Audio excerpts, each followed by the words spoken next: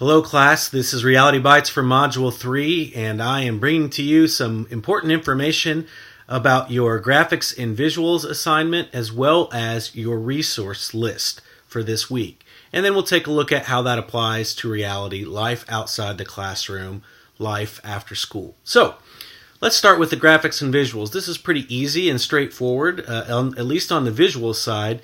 Most projects are going to need something more than just your speech and your words to communicate. So I want you to find some visuals. 3 or 4 visuals, pictures, images that communicate, that have some emotional power, that carry your story along so that people want to pay attention to what you're actually saying and presenting to them. Remember, the information might be exciting to you, but you're talking to an audience who might not at all care about your project at first. So use visuals to pull it in.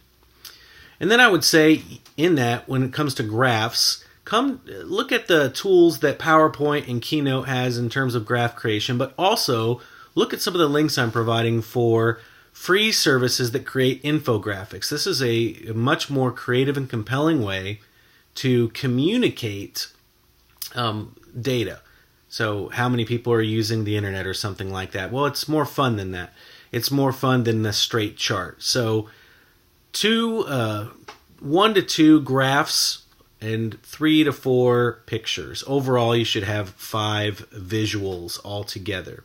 Visuals are important because we live in a culture, and this is outside of what you would be doing for this assignment. Just understand, we live in a culture that communicates through images in many ways, and you see this with something like Instagram. So remember the power of a visual. Remember, people will say a picture is worth 1,000 words. So think about that, not just words, not just data, but think about visuals. Now, your resource list is like any resource list you have, and your rubric tells you a little bit about the extra questions we want to ask. But remember, the important part about this is we're looking for quality research sources. Yeah, there are a lot of things out there, popular, and then some from the Shapiro Library that would be considered quality research based. But there are going to be some sites that are skeptical, including even Wikipedia, where you can't always trust the information. So part of the rubric asks you, how did you find the information? And, what's compelling about that? Why are you going to use this? I mean, kind of thinking through your resources. You need 5, at least 5. You can have more than that, but I would encourage you to not overdo it. This is not a thesis project. It's not going to be everything that you're going to say, even in this course.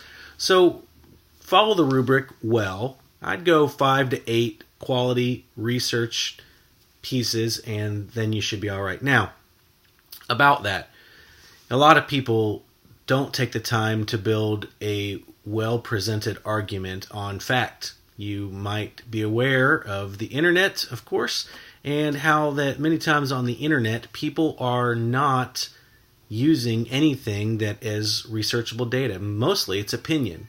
So we want to hear more than just your opinion. In life, you will go further, not only by having a compelling argument, but also by being able to back that up with fact. So that's Reality Bites for this week. Email me if you have any questions. I hope you guys are having a great Module 3 and a little bit of break in some of the intensity of work, and are able to just knock some of this other stuff out and really keep on learning and growing in mass communications. I'll see you online. Have a good one. Bye.